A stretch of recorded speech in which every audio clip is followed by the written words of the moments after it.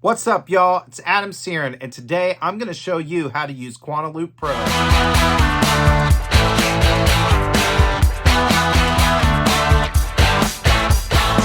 Alright guys, the first thing we need to talk about is iPads. There are about 1,000,001 iPads out there right now. So I'm going to help blow through that confusion. What you need to do, you need to grab an iPad that has a USB-C port on it, okay? That's an iPad 10th generation. That's an iPad Pro, an iPad Air. Can't remember what generation they are, but the most current ones all have USB-C ports. But why do I have to get an iPad Pro with a USB-C port or an iPad that doesn't use a lightning cable? Well, I'm going to tell you why. Because USB-C ports are much better, especially when it comes to you get more USB ports, you get better charging, so you're going to be able to play your iPad, you're going to use it for performances, and your iPad is going to stay charged, it's not going to die on you.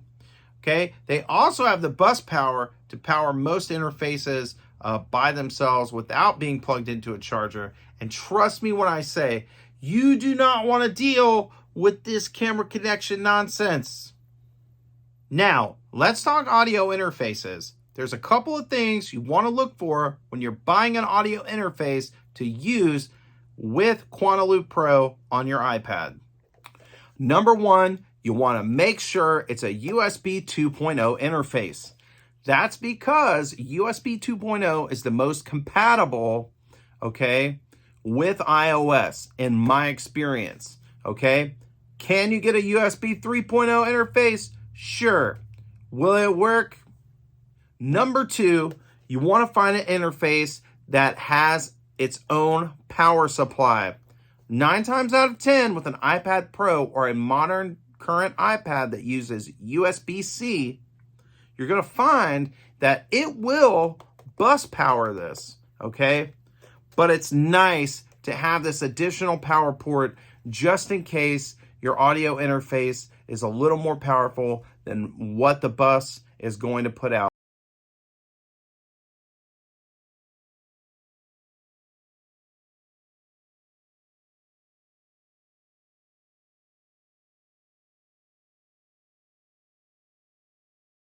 After that, you're going to grab your USB-C hub or your camera connection kit.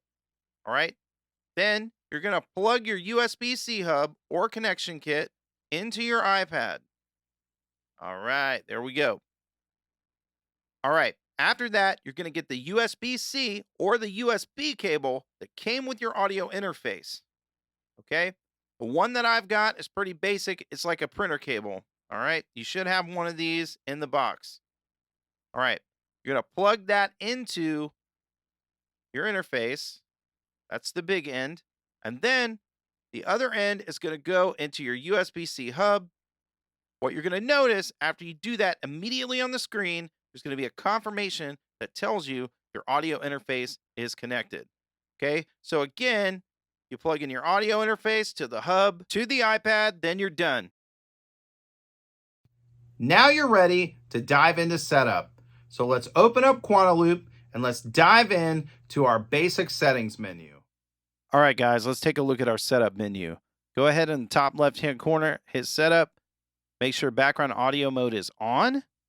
Then we're going to move down to our sample rate. You want your sample rate to be at 48K and your latency to be set at 1.5 ms. It's going to give you great audio quality and low latency for looping.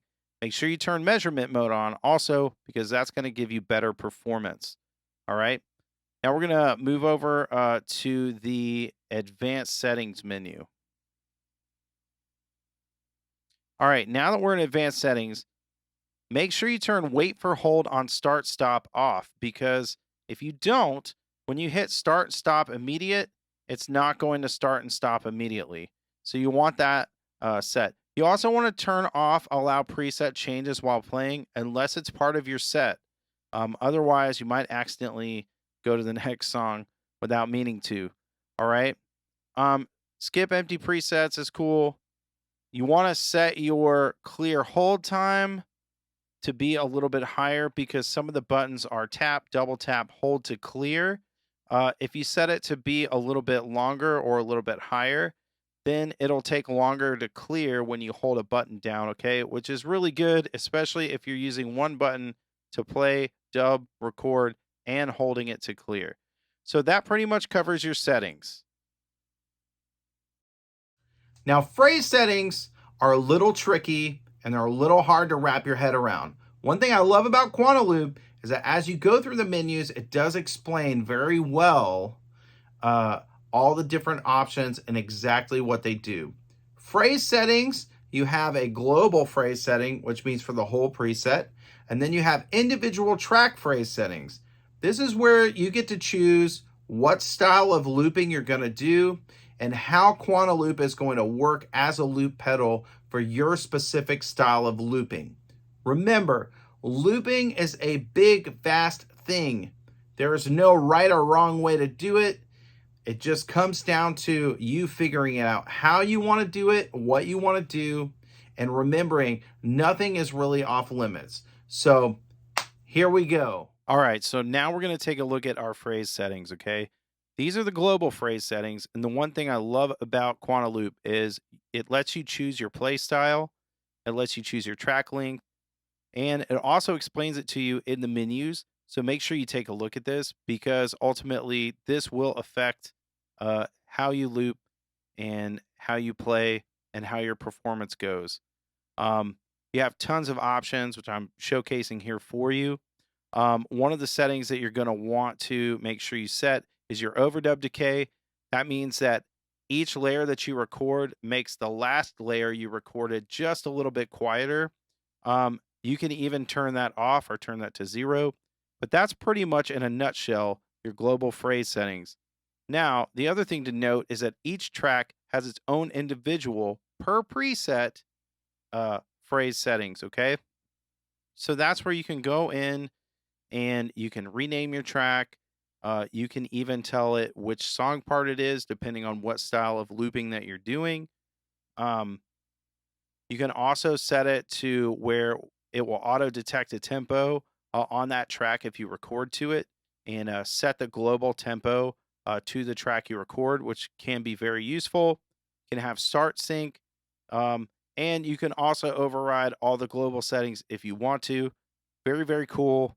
It gets very deep, but if you set it the way that you see it on here, as I'm going through these, it will work pretty much flawlessly for you.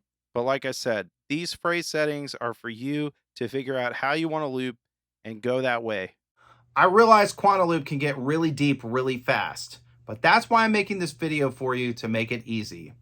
Now that we've got your basic settings out of the way, it's going to be really easy for us to set up your inputs and outputs. When it comes to inputs and outputs, Quantiloop is pretty deep, but it's also pretty simple. First, we're going to connect our USB-C hub and our audio interface. Where you saw the cursor spinning around there, that's where you're going to get a confirmation that your interface is connected. Once it's connected, you're going to go down to inputs. You're going to select your inputs. Okay? L and R, guitar and vocals. All right? Then you're going to see a little speaker icon. That means that you want to monitor that input through Quantiloop. Okay, so that means Quantiloop's going to be your mixer. Okay, 1, 2, 3, and 4 represents the 4 tracks on your looper. Okay, so my guitar is sending signal to tracks 1, 2, and 3, while only my vocal mic is sending a signal to track 4 so I can play and vocal loop at the same time. Okay, you can mess with this however you want. And then we're going to go to our outputs. I've got it set to stereo L and R, but normally I'll set it as my main as L and then my monitor as R, so that way I can have a separate monitor mix with a click track. But you also have individual outs, as you can see, for each track, your rhythm, and your inputs. All right. Again, Quantiloop has a lot to offer when it comes to inputs and outputs. And if you do it right, you might not even need a mixer. All right, you're one step closer to being able to use Quantiloop Pro in your live set. Now we're going to dive in to the deepest part of Quantiloop, and that is MIDI controls. So probably a lot of you are guitar players, or you want something that's going to be pedal based, but you can use a keyboard, you can use all that kind of stuff You can do buttons, anything, almost anything, okay? And with Quantiloop, you can control almost every aspect of Quantiloop with a MIDI controller. MIDI output in Quantiloop is a little bit different. It's mainly used for sending MIDI clock to other MIDI devices so that you can sync them all together. And Quantiloop does have very deep Beat Buddy Pro integration. We're not covering that in this video, but maybe we will in a future video. All right, if you're ready, I'm ready. Let's dive in. Okay, let's talk MIDI control. This is where it gets hairy really quick, and a lot of people give up right here, but I'm here to help you. Click MIDI input, enable MIDI control. All right, I'm using Bluetooth MIDI. Pretty easy. You click on that. All right, you hit connected. If you connect a pedal or keyboard to your USB-C hub, it's going to automatically detect it, so you don't have to really do any other setup other than just go into this menu, and then you're going to go down to MIDI control assignments right here. And once you click on that, okay, this is where it's going to take you to the menu where you can tell Quantiloop what you want your pedals or keys or whatever to do. So you hit learn, you push a pedal, a button, whatever you're using. Then you go down here to action and you select which action you want to do. Quantiloop does a great job of explaining what each of these things is. It's also important to note that each button or pedal or key that you use can have up to 3 actions, okay? That's a tap, a hold action, and a double tap, okay? For instance, you can tap to play or stop or record. You can hold to undo, and you can double tap to clear or whatever. However you want to do it. But make sure you hit that save button, because if you don't, all of your progress will be lost and you will be a very sad looper. Okay, now I want to show you guys something pretty neat. This is my custom Journey guitar that I built. And I built this control panel in here to work with Quantiloop when I'm doing live shows. So it's pretty rad. It is Bluetooth wireless, okay? And each one of these buttons has a tap, a double tap, and a hold feature like I just showed you in how to set up your MIDI controls. And it's used in conjunction with other MIDI control pedals that I have. So it's pretty rad. I use it a lot in my live performance. And now we're going to dive into Quantiloop, and I'm going to show you how to set up your first basic loops. All right, let's get plugged in. I want you to notice a couple of things here. So right here, you'll see at the top are my inputs, top left. I'm going to check and make sure all my inputs are good. All right, we're going to check the MIDI. We're going to make sure I'm connected. I'm not, so I'm just going to connect that. All right, cool. All right, I'm going to also check to make sure my outputs are good. My outputs are good. I'm going to hit a button on this little controller here to make sure it's working good. I'm going to unmute my guitar here. So here we go.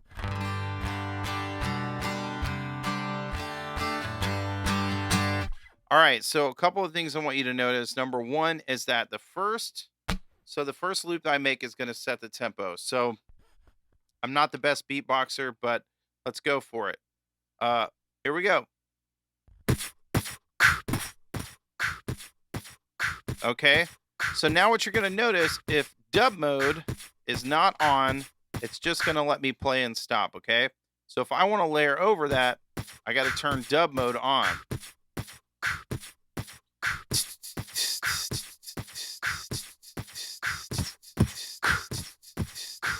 All right, so now we got our first layer.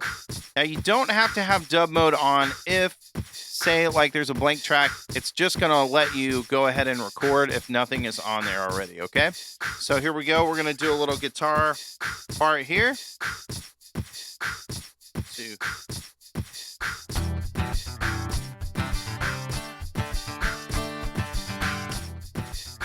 All right.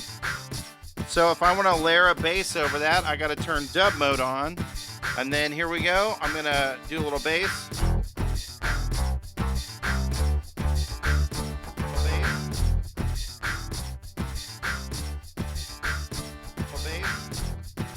All right, so as you can see, because my microphone is not separated from my guitar, it recorded on that. So now I'm gonna do it again.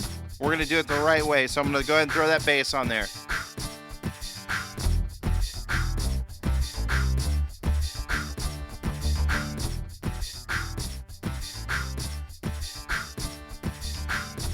All right, so now I've got dub mode off. Okay, we're gonna take that bass sound off my guitar. Now we're gonna do another little layer right here.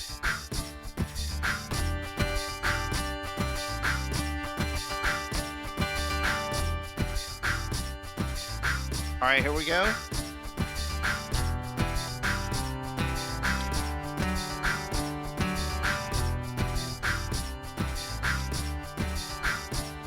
All right, so now I've got my layers, so I'm gonna do a little vocal thing. Here we go. Oh, oh, oh, oh, oh, oh, oh, oh, oh, oh, oh, oh, oh,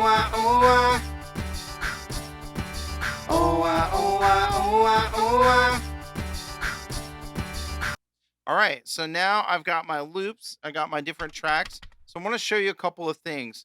Number one, what you probably noticed is when I recorded on tracks 1, 2, and 3, you're gonna notice that it just went to play those tracks afterwards and it didn't activate dub mode. But over here on track number 4, it went ahead and automatically went into dub mode to overdub another layer on that. So I'm going to show you what that looks like here in settings, okay? So in my settings, see how I have dub after record set to on after record? Well, there you go. So if you do that, then what's going to happen is you're automatically going to start doing an overdub layer on this track because you have it set to dub after your first initial recording. Okay? Thank you guys so much for watching this video. Hopefully this has inspired you and answered a few of your questions that you had about Quantiloop Pro and getting started. I know Quantiloop is a really deep program and there's a lot of things that we didn't get to in this video, but make sure you like and subscribe this video and put any questions or comments that you have in the comment section, and I promise you I will try to get to them in a future video. Thank you guys again so much for watching this video. For now, this is Adam Sheeran with I Am the Band Music, signing off.